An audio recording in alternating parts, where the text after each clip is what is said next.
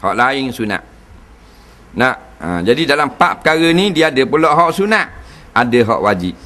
Contohnya mandi, ada hak sunat seperti mandi 3 kali. Hak wajib sekali yang meratai. Ada pula hak sunat seperti letak air daun bidara, tu sunat. Mandi air biasa pun sah dah, asal rata. Hak sunat lagi seperti letak kapur baru. Daun bidara mewangikan mayat, kapur baru menahankan mayat.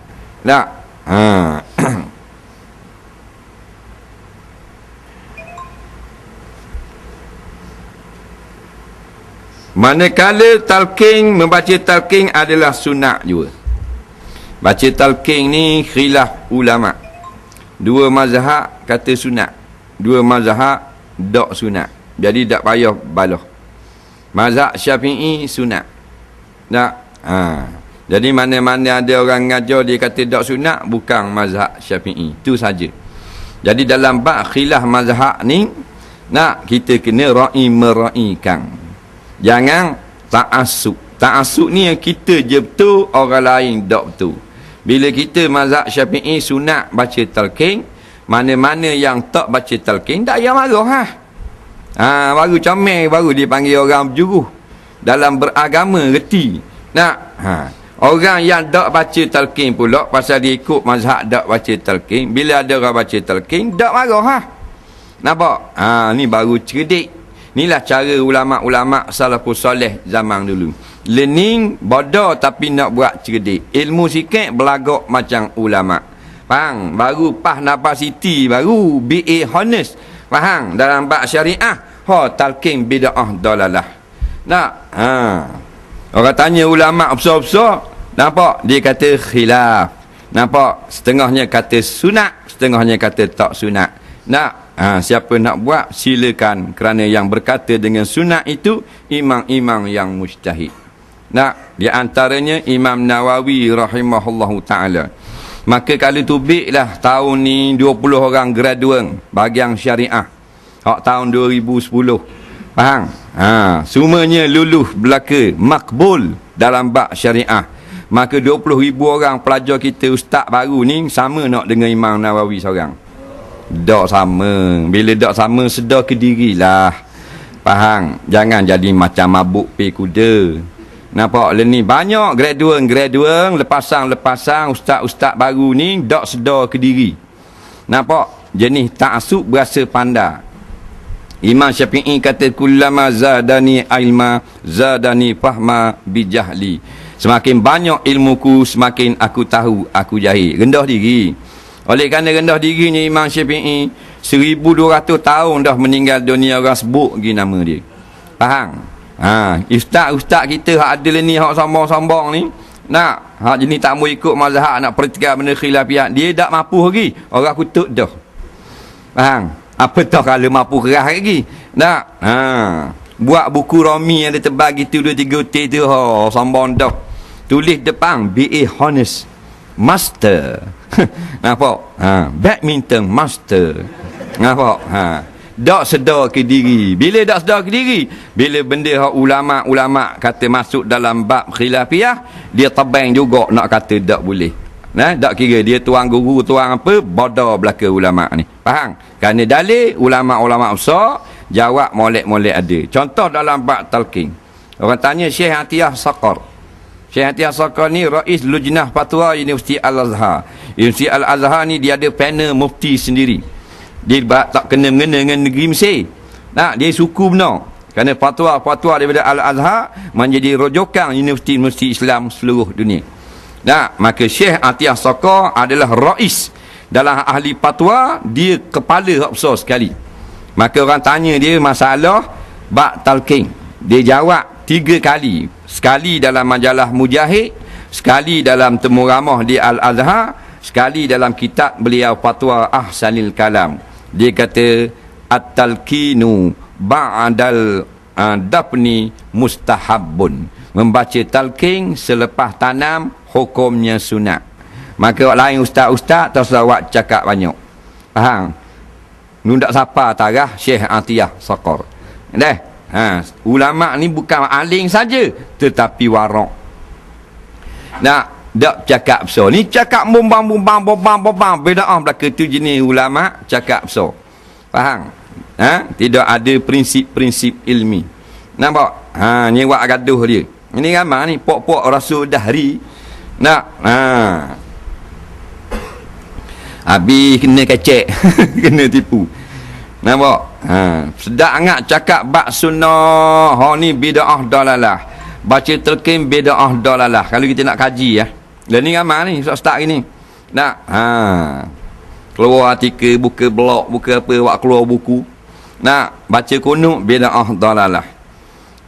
Sapu muka bid'ah dalalah. Tahlil bid'ah dalalah. Berak tanya, bab parti molek-molek ada belah nu. Faham tak? Nampak tak lagi? Nampak? Dhal wa mudillun, sesat lagi menyesatkan. Sedap mulut.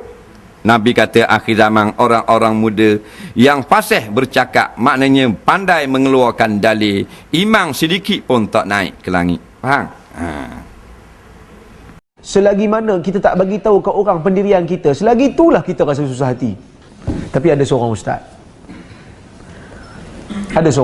saya jumpa dia, saya terkejut dengan alasan dia. Saya kata la haula wala quwata illa billah. Dia peruluk-ulukkan sunnah. Aduh ustaz, kadang-kadang dia nak maintain status quo. Apa salah kita ubah kepada benda yang lebih baik, yang confirm sunnah? Yang kita kata kita Syafi'i sangat, ni Syafi'i mana yang kita ikut dalam bab ni? Imam mazhab Syafi'i tak bagi. Baca kitab-kitab pondok, dia tak bagi. Kitab-kitab pondok lama pun dia tak bagi. Tak tahu daripada mana datang benda ni. Wallahu alam. Adakah kita tu yang Syekh Abdul Qadir Al-Mandili cakap kan? Apakah tanaman yang paling cepat berhasilnya manfaat kepada penanam? Bukan tanam pokok, kerana tunggu lama. Tanam mayat. Siang tanam, malam sudah boleh makan.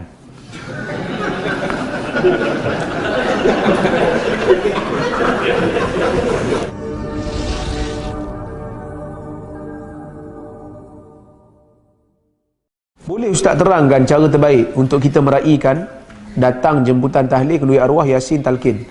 Tuan-tuan, talqin selepas mengkuburkan mayat, yang orang Melayu buat tu mazhab Syafi'i. Hadisnya dhaif. Tapi kalau dia berpegang dengan mazhab Syafi'i, kita tak bantah. Kerana itu mazhab. Tapi kalau pilihan saya tak talqin. Dan saya pesan kepada isteri saya, kata kalau saya mati, bagi tahu pada orang yang akan uruskan jenazah saya tak mau talqin yang macam mazhab Syafi'i pakai, kerana hadisnya dhaif. Kita nak pakai dalam yang mazhab lain punya, iaitu hanya berdiri dikubur, is'alu li akhikumut tathbit fa innahu al-an yus'al, doa. Dalam hadis Nabi kata, bila lepas Nabi menguburkan mayat, Nabi kata mintalah kepada Tuhan supaya kawan kamu ni diperteguhkan jiwa, kerana sekarang dia ditanya. Kemudian berdoa, lepas tu balik. Adalah tazkirah sikit, tazkirah umum, bukan untuk si mati, untuk semua yang ada atas kubur. Ada hadis. Tapi kalau ada orang buat talqin versi mazhab Syafi'i, kita tak bantah lah, itu mazhab Syafi'i. Tapi hadisnya dhaif. Adapun kenduri arwah malam kematian, yang ni memang ada hadis yang larang. Ia amalan jahiliyah, ia adalah ratapan. So macam mana kita nak buat? Buat macam saya buat. Saya bukan nak tunjuk saya bagus, tak. Tapi tuan-tuan, selagi mana kita tak bagi tahu ke orang pendirian kita, selagi itulah kita rasa susah hati. Jadi kalau kita dah bagi tahu ke orang ni pendirian kita, tolong hormat, maka orang akan faham. Contoh macam mana? Saya pergi satu kuliah Maghrib. Lepas tu pengurusi tu bagi tahu, ni ada orang ustaz nak jemput ustaz, dia ada mati pagi tadi, ada keluarga dia mati, dia nak jemput ustaz untuk baca doa dan kenduri tahlil lah sikit. Saya kata minta maaf, kenduri mayat saya tak pergi. Itu pegangan yang saya pegang, itu apa yang saya belajar, itu apa yang saya yakin. Kenduri arwah makruh dalam mazhab Syafi'i, bid'ah dalam mazhab Syafi'i, dan juga sebahagian ulama yang lain mengatakan ia haram. Tambahan pula kalau duit itu digunakan duit mayat, dan mayat ada anak yatim, kita makan harta mereka. So kalau dia dengar benda tu, pengurusi tu dia dengar benda tu, terbedik-bedik mata dia kan. Okey Ustaz, so saya macam mana?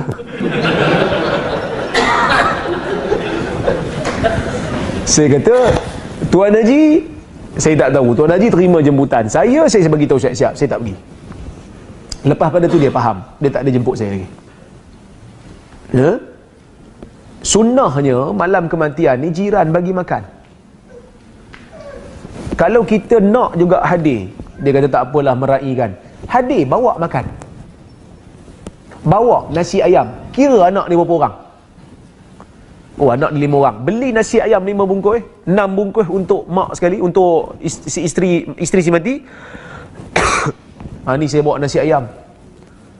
Dia kata, lah kami masak ni ha. Oh, saya tak tahu pula masak ni sunnah. Yang saya belajar sunnah bawa makan untuk keluarga si mati. Tak apalah, awak ambil lah. Saya tak nak menyusahkan awak, saya balik dulu. Terima kasih banyak. Moga-moga Allah memperbaiki kesedihan awak, mengampunkan si mati, dan juga membesarkan pahala awak atas kesabaran disebabkan oleh kematian ni. Paling tidak kita bukan hanya mengamalkan sunnah, kita didik dia dengan benda yang sunnah. Betul? Tapi ada seorang ustaz, saya jumpa dia, saya terkejut dengan alasan dia. Saya kata, ni hadis Nabi yang sahih. Nabi kata, isna'u li ali Ja'far ta'aman, buat makanan untuk keluarga Ja'far bila Ja'far mati. Fa innahum qad ja'ahum ma yashghuluhum, telah datang kepada mereka perkara yang menjadikan mereka sibuk dengan urusan mayat. Jadi jiran buat makan untuk keluarga. Dia kata, tak boleh lah masyarakat Melayu buat macam tu. Kalau semua pakat nak bagi makan, membazir. Semua bagi makan pada keluarga si mati, membazir. Saya kata, la hawla wala quwata illa billah. Dia peruluk-ulukkan sunnah. Bukan tak boleh pakat, bagi pada keluarga si mati ni makan. Hari pertama saya, more pun boleh buat. Boleh ambil turn more. Nak 1000 daya, tak nak 1000 dalih. Ada ustaz kadang-kadang dia nak maintain status quo.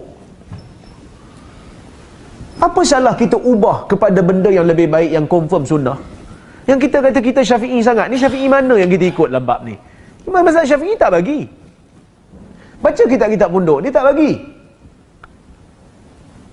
Kitab-kitab pondok lama pun dia tak bagi. Tak tahu daripada mana datang benda ni. Wallahu alam.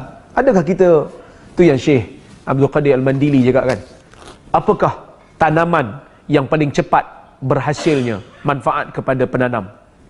Bukan tanam pokok, kerana tunggu lama. Tanam mayat. Siang tanam, malam sudah boleh makan.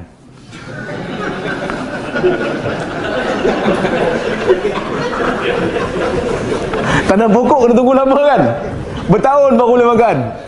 Tanam mayat lah. Bagaimana majlis-majlis di atas? Dia tak jejaskan akidah. Majlis macam tu tak jejaskan akidah. Tetapi majlis-majlis macam tu kita menyalahi sunnah. Kita mengamalkan satu benda yang Nabi tak tunjuk. Tuan-tuan, masa Khadijah mati, Nabi buat tak tahlil untuk Khadijah? Tak buat. Masa Nabi wafat, siapa buat tahlil untuk Nabi?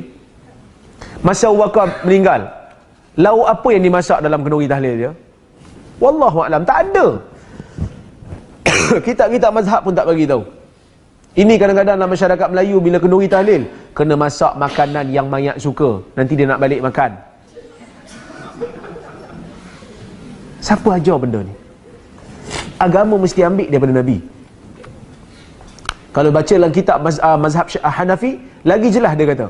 Dia kata makruh melakukan makan dan kenduri pada malam kematian, kerana kenduri makan ini disyariatkan fis surur, la fil huzun. Kenduri ini dilaksanakan pada waktu gembira, bukan pada waktu sedih. Tapi kita terbalik. Hari di mana disuruh untuk sedih, kita buat kenduri besar-besaran seolah-olah macam gembira. Pesta.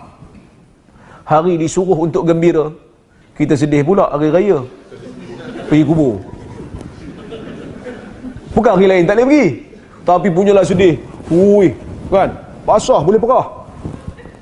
Hari yang disuruh untuk gembira, kita sedih. Hari yang disuruh untuk sedih, kita buat pesta seolah-olah macam kita gembira. Kita banyak tukar benda. Benda yang disuruh untuk doa sendiri-sendiri, kita buat doa berjemaah.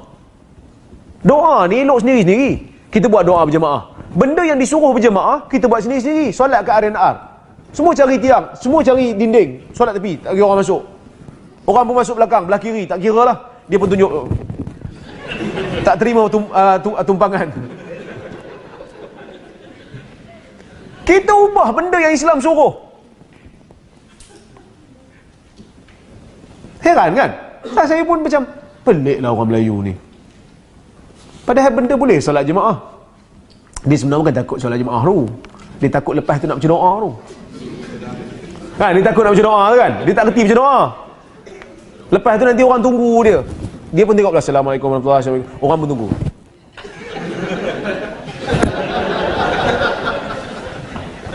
Dia pun nak mudah. Orang tu pun